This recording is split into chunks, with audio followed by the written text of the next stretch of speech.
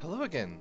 This is your host Pearls doing my Let's Play Up the Second Sky, and I'm on King Dugan's Dungeon, the first level. We've come full circle in the series of this game, which is awesome, and I have a dagger now! So we're doing this whole multi-pass between these two room system things, and this is a fun little joke, because almost all the holds have like this dungeon architect symbol in them, and we never, like, the fact that it's hiding behind the wall here is pretty cool. The wall, this is not a room that was in the original, so that's kind of neat. So what are we doing here? We have a dagger this time, which means I can't use the orbs. I'm sorry, kegs. But I can generally pass through. I don't really know if there's any reason for me to not just murder everything. Like, yeah. Oh no, that does close my doors. My exits. All right, I won't do that then. I can pass over trapdoors without causing a huge stink, though. So that's cool.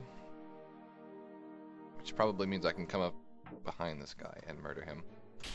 Sort of. Hold on.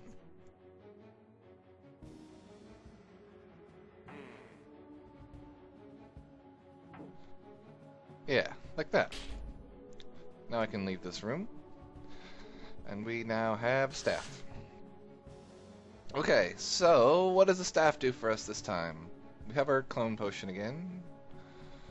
Now, interestingly, okay, so we're probably heading. The last place we haven't gone is getting the caber here, which is something. So I have to exit off of here. Looks like. All right. One of the interesting parts of this is I don't actually need to do my clone thingy with the eyeballs here. I don't, unless there's some reason to keep them alive, which there probably is, and I just haven't noticed it yet. Okay, I'll just poke you over here. Whoops. Because, yeah, the sticks work on ore mites, which is awesome.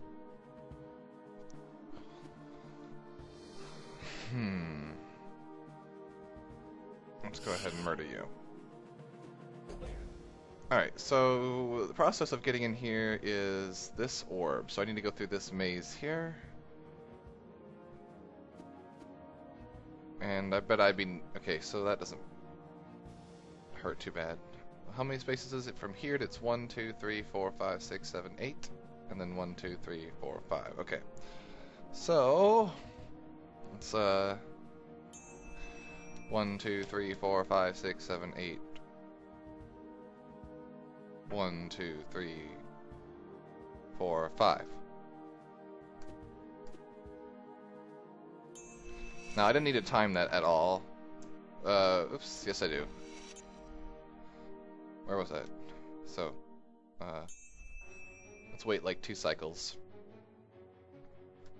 Going to get in position over here. 1, 2, 3, 4, 5, 6, 7, 8. 1, 2, 3, 4, 5. Da-bum. I'm gonna push the guy right there. And I will do this now. And I can just continue doing this and it should be fine. Oh no, what? Huh?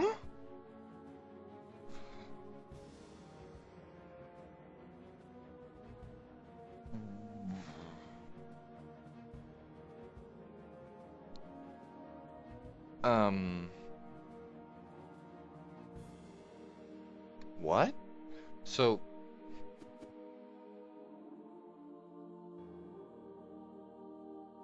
The only thing that would open that back up is this guy, which isn't going to work because I dropped this trapdoor. Well, what the heck? That would imply that my personal self needs to be... Oh, please, say it isn't so. Okay. If my clone has to go up here, which is extremely possible, then I have to be standing down here because this gets triggered. The only thing that's going to be able to toggle that is maybe the omplic. Hold on. That's sort of weird to think about, but maybe it'll work. Might have been just faster if I... So, yeah, because it's like about equidistant from here to here, maybe? I don't have a good feeling about this working, honestly, but, you stand there for a second. I'm gonna try to get this all in position.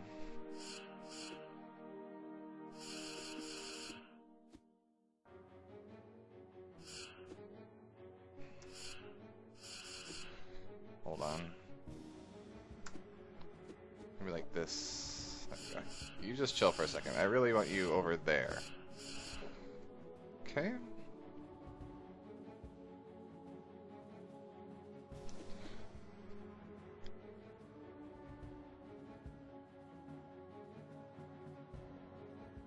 So I'm going to do the same thing I did before. God, I hope this works.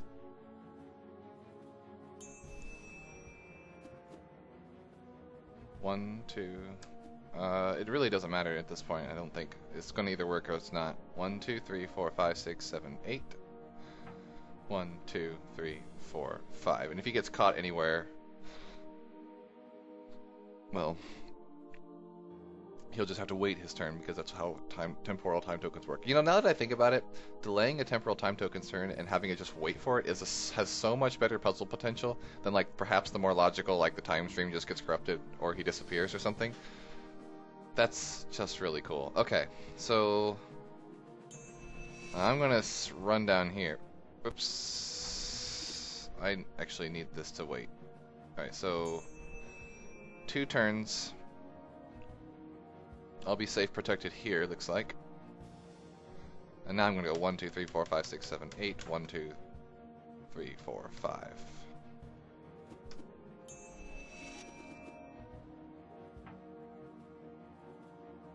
Okay, now I get a... Alright, so it looks like... Holy cow, there is a difference.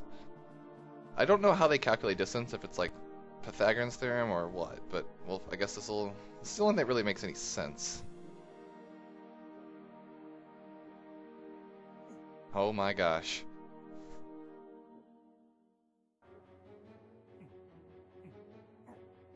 Oh, okay, wow. That was really hard to see, honestly. So I can get the caber, walk out in this one tiny little speck here. I was wondering what that was before. But now I have the caber, and everything's still alive.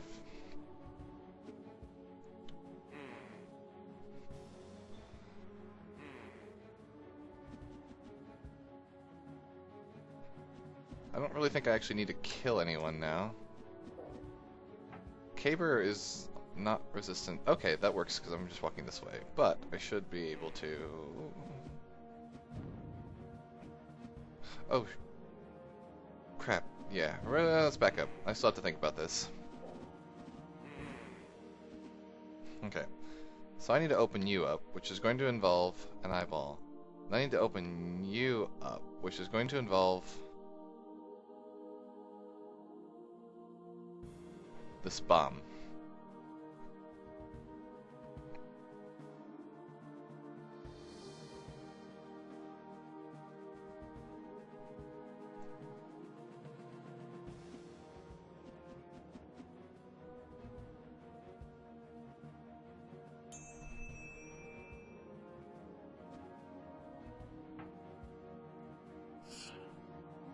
I don't need you alive as far as I can tell. I don't need you alive as far as I can tell. I just need you to stand here for a little while.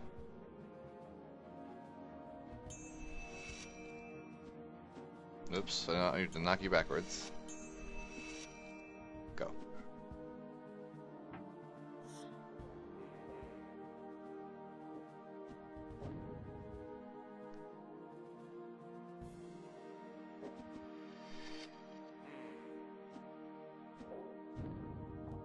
Okay. Final pass to this room, perhaps? How does the caber help me here? The only thing the caber does... I still drop trapdoors. I can push things. Especially I can push this guy. Which I don't know if that helps me necessarily, but it might. Because I can convince him to cross this, which would open up these doors.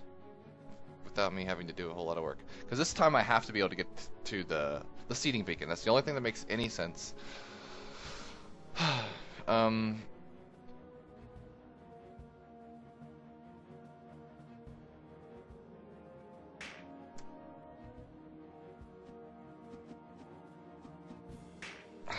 No. Okay, I have an idea, but it's a weird one. I'm pretty sure I can toggle the seeding beacon. Alright, the only thing is, the only way in here, let's logic this out, is this guy. But this will also close these, which means I can't personally touch it. And the only thing that would make sense about touching a seeding beacon would be a bomb. Which I actually haven't had to do up until this point, so that's really strange. Let's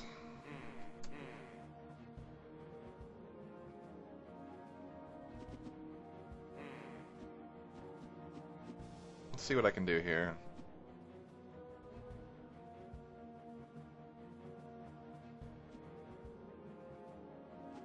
There we go. So I can do that, get you up there. This gives me access to these guys. Oops. I'm gonna bring this guy out because I think I still need to, if this is my last turn, I also, in addition to toggling the seeding beacon, need to kill everything.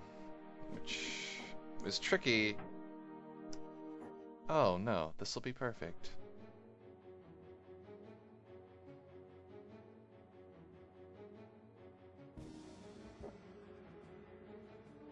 Wait. Well, hold on.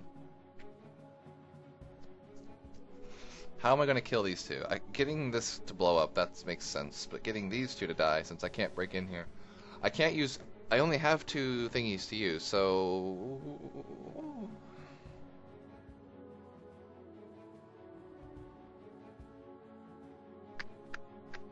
Interesting. How am I going to hold these both open? I could use the eye again. This is actually true.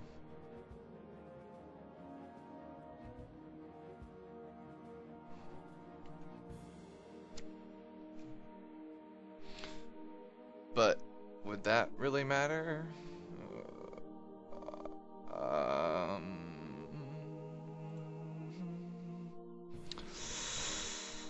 Because I feel like I need to get the... But, oh, wait, time out. I know what I did. I just did this out of order. Yeah. Come here.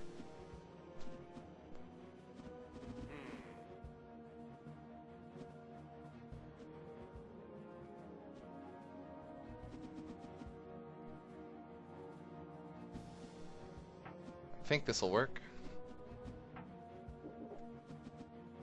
Do I get blocked through the... I actually don't know if this works this way. Can you see me through a barrel? No. Perfect. Okay, good. That means I can use the other one for nefarious purposes. Awesome puzzle. This will kill those. Now you can come with me, and I will do just what I did before, but differently. Oops.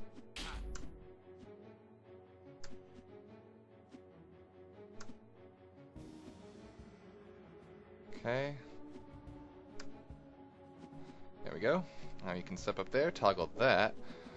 I can use you to perhaps... I hope I can.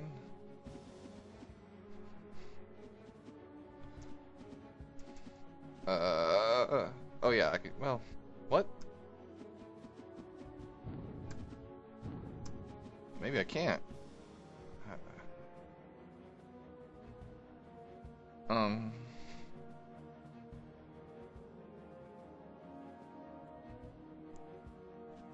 I cannot brain today? Standing from this angle is not going to help me at all. I know that much. Okay, now I'm super confused again.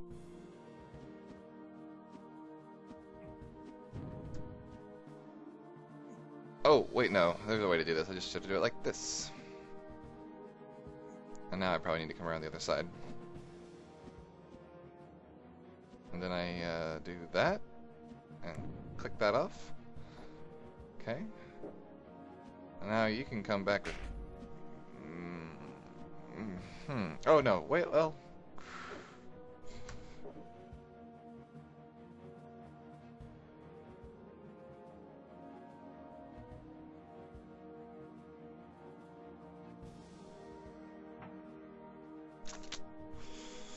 Did not think this part... Oh, no. There we go. Come on. And now I can walk out this way. This room's now done, which makes, because this room has all the required floors done, I can now get to the seating beacon, and this will blow up and no one cares.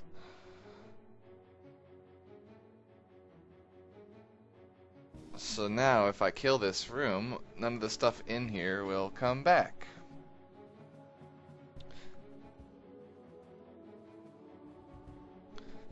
And this guy is toggled by... Let's actually just do that. I don't need to worry about this anymore. I have like all the freedom in the world. In fact, I'm pretty sure this is just cake now. I can go behind all these backdoor things and turn you off and stab anything I darn well please. Oh, look at that. Okay, so the room's done, but now how do I exit? It shouldn't be too hard to figure out. I can exit over there if I really wanted to, and nothing's going to stop me. In fact, I probably should exit over there.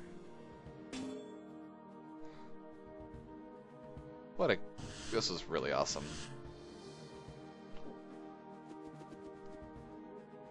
Just go back around, strike this guy.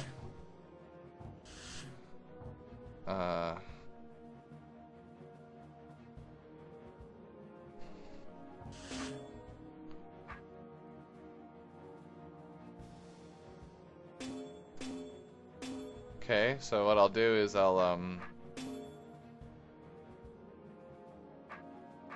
I know what I'll do. I'll just wait a lot of turns. And go, and then disappear. Oops. Hopefully that was enough turns. Should be. Come on, do it, do it, do it, do it, do it. Hooray, I can... Wow, that was insanity. I saved everyone. Here he comes. All right, people. Customer satisfaction. I have a show to put on, and I don't got all day. Follow me. Mm-hmm. That's right. I left this on for like a day. Oops.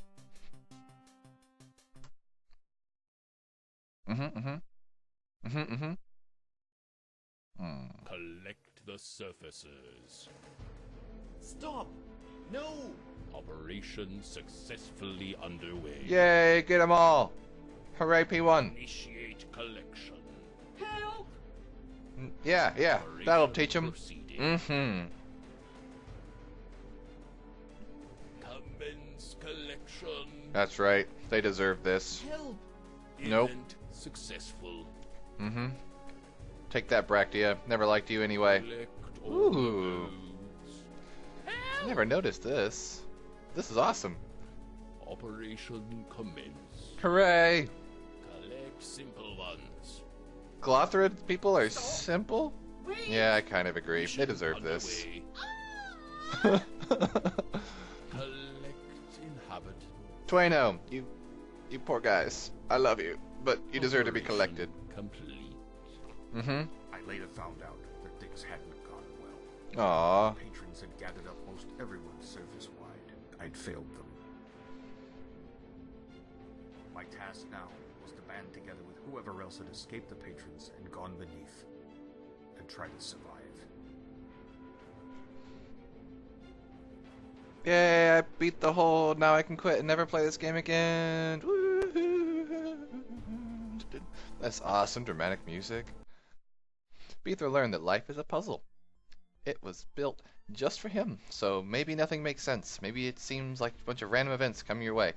But if you keep at it, if you don't give up, then someday you might find that there's a method behind the apparent randomness. Perhaps there's even some grand design in the end, a unified construction framing everything, a universal architecture upon which everything is built. Beether learned that if you persevere, you eventually understand. You can make sense of the part you're playing. The pieces, the players, the linchpins all come into focus, and then you will know what to do to solve the puzzle of life. Ah! I like it. Congratulations! Here you are! At the presumed end of Beathro's travels. Is that a foreshadowing? Look at his god-awful hair. In the great beneath. First of all, we thank you for playing our game. If you're relatively new to DROD, then you didn't beat this game, so this point is moot. And we thank you for giving it a try. And hey, looks like you persevered to the end. That means you're determined and, in our humble opinion, made of sterner stuff than most games.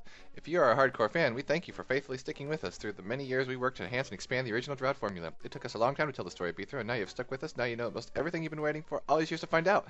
Maybe. And we hope you enjoy the journey. Hopefully you saved everyone on the surface you could. If not, now's the time to restore back before that Beathro's final campsite and take some more time to help take care of everyone else. There's a lot of optional game content there, and it's fit for anyone looking for some true DROD-style puzzle challenges, as if the core game wasn't hard enough. And now, the credits. This was our most ambitious project to date, so you're going to see mention of a lot of individuals here. Many wore multiple hats, so it's hard to provide due acknowledgement to all individuals contributed without writing volumes. So, you can use the arrow keys to speed up or slow down and pause or whatever. Eric, that's his real face, by the way, photography. He's the original guy who wrote the original core story for The Second Sky. As the father of DROD, Eric gets an honorary spot at the top of the credits. None of this would have happened without him and many others that came before. As you might guess, Eric had Beathro's entire story in mind at the beginning. If you played through the earlier DROD games, we hope you can appreciate the flawlessly consistent story threads we wove together from the very beginning to set up the backstory for TSS. Grateful to Eric to stick around and help us finish the adventure. He also created many of the colorful character and portrait art you see in The Second Sky. Thank you, Eric. Mike Reimer, this is actually his face as well. Lead programming, level design, art direction, voice, and testing coordination. Pretty much everything. I'm writing these credits, so I guess I get to toot my own horn here. Looking back, most I can think is now there's a lot of work. Keeping a niche indie franchise like DROD going on for over a decade required a will of iron. But here we are at the end of an era. I'm glad we made it. If you like the game and your life is a bit richer for the experience, then it was all worth it. It's true, it really is. My life's much better because of DROD. Now that Beathro's story has been told, it's time for me to move on to other things. But before that, I'm going to move on to praise everyone else that worked on The Second Sky. Without each and every one of them, not only would this project have reached full potential, but we likely never would have reached this point at all. So kudos goes to all of you. This is also a legit picture of Matt. Matt Shikor, I've complained about him a lot. He's pretty much the worst person. But just like me, Matt has stuck around with Caravel from the beginning. It's a good thing too, because Caravel net functionality and the goodness that goes into Caravel forms belongs to Matt. This magic enables a community to be built around an intrinsically single-player game. Thank you, Matt, for always caring. Jacob Grinfeld, old master, level design, story, scripting. He's a master architect. It's true. If you haven't done his Aurora's Palace fold, it's amazing. He's a master architect who over the years has created much of the core goodness that we know as DROD. He crafted many, many excellent rooms. It's true. His rooms are excellent. He is so good at providing puzzles based on concept of any difficulty level. Jacob spent tireless weeks scripting and integrating all the hold content produced by the team into the game. Acting as hold master was a mammoth job, and the team unanimously decided that in order for things to be done right, Jacob was the man for the job. Terrence Ferguson. Is that TFF Murphy? He's a wizard of puzzle design, also his real face, and of storytelling in the 8th. He put together many of the game's masterfully created cutscenes. He also developed and enhanced many of the core game elements in TSS. He has an intimate knowledge of the game's logic, and through its insights were able to flesh out the finer details of how everything worked. He also provided some great puzzle levels, making sure that nothing in the way of emerging puzzle potential was overlooked. Terrence also shared many great ideas for improving our production values that made their way into the game. Thank you, Terrence. Larry Merck. The Goblin King. Level design, game element design. He made like the Lemmings and all those other cool things. And I think, or Refinery? That may have been Jacob, I'm not sure. And a lot of other great levels. Larry is another wizard of puzzle design. He created many of the more challenging levels in the game. Many will agree with me that Larry's puzzle designs are excellent in their elegance as well as their brain-burning qualities. Long live Larry and his puzzles. It's true, Larry Merck puzzles have a very particular flavor to them. In addition to the above-mentioned folks, an excellent team of veteran puzzle creators came together to... Seth Reimer is M. Reimer's son, by the way. To create much beautiful and challenging puzzle content for The Second Sky, as well as wonderfully artistic locales for Beathro's travels. Tomy, in particular, transformed many of our more stark puzzle levels into breathing locales. I believe that's sick, maybe? I'm not sure. This team also contributed many wonderful ideas scripting the story and scripting for the story. So much of TSS would not have come out with the Setner involvement. Just look at the amount of varied puzzle content in the game. Since when have you seen in the game, indie or otherwise, with this much creative material? I cannot overstate how much I appreciate them. Oh, it's a real brain! This is Skel. Maurice's Polish names are hard for me. Maurice helped with The Second Sky development, implementing some new game features that became fundamental to the game. Tangentially, he also built the online version of Flash DROD single-handedly, as it has been keeping it going for while we worked on The Second Sky. I mentioned this here to acknowledge his passionate contribution to DROD, putting forth this evidence that he is one of the great DROD evangelists out there. It's really true. Alexander. This is. I mentioned Polish names. I'm really embarrassed now. Alex did all the art, was invited to work on TSS and art illustration through Skell. It's a good thing they're friends because Alex's involvement in TSS is one of the best things that's happened to it. Practically all of the beautiful in-game art and visual upgrades you see here, including the new and upgraded room styles as well as the TSS logo and CD cover, are all thanks to Alex. He effortlessly adopted our unique visual style and enhanced it in many ways. For this hardcore puzzle franchise that prizes substance over style, Alex's work is something to become the star of the show. If you're looking for the game illustrator, I cannot recommend highly enough. Oh no! Some dude, not very cool. I joined the team early on to help write the story. He was a tall order. He wrote nearly all the fun and engaging level intro text of TSS. He excellently filled this difficult role, conjuring new depth to DROD's story canon from nothing. His masterfully pottery shard method of learning about the world of the 8th and the Underground was a brilliant idea. Well, I hope you all liked it. John Sonnenberg. This is now the third drawn game that John has generously composed music for. In TSS, he provided the hours of beautiful background music you hear in the Badlands called Eric Greenhouse Areas. He also took Eric's In a Vat tune and put it in this wonderfully whimsical arrangement. Now you hear his playing in the credits. His work has become an intrinsic part of the DROD experience. I really like John Sonnenberg's. I also like Emmett Plant's music, title, and thematic music. After writing much of the beautiful music you can hear in DROD RPG, Emmett returned to write a new collection of wonderfully thematic music for The Second Sky. They both did fantastic work. The music in this game is some of my favorite music in any game. It's like minimalist techno chill. I don't even know how to describe it. Jerry Joe Jelistad. He did the Linux port. Jerry also stuck around since near the Caravel's beginning to provide our Linux builds and provide good input into the series' production values. We are grateful for his involvement bringing DROD to all you penguins out there. Whoa! Oh, Linux. The cast is Half. In addition to TSS having a lot of puzzle content, it also has a lot of story content. An entire platoon of professionals and amateur voice actors, new and old, came together to make the Second Sky narrative shine, like a Beatles reunion.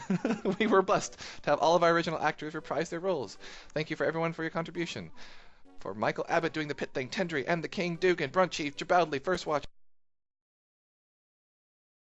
Velatin Andrew, who did the narrations, Conductor, Citizens, Spring Atkinson, who was the critic.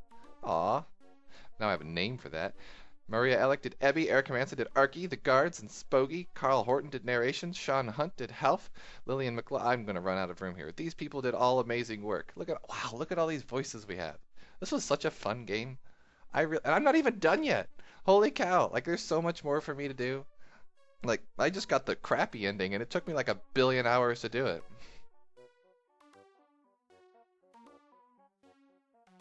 How fun is that? So what do I do here? I said I can move like the arrow keys up and down, but it doesn't seem to be. Oh, it's totally working. Can I reverse its order? No, I can just slow it down.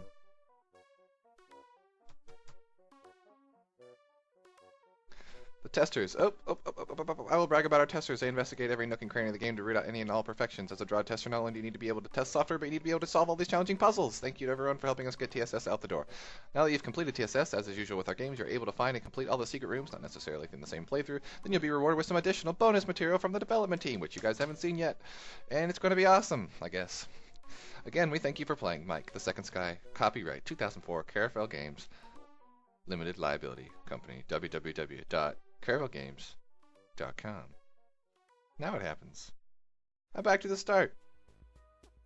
Okay. I guess I should restore back to the lonely campsite.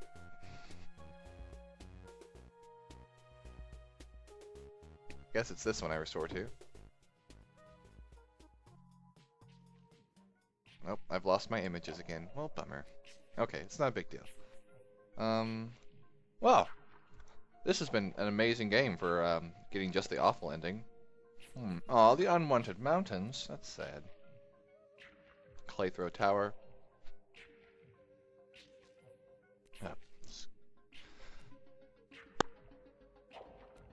Did I lose my button thingies as well? Okay, actually, you know what I'm gonna do?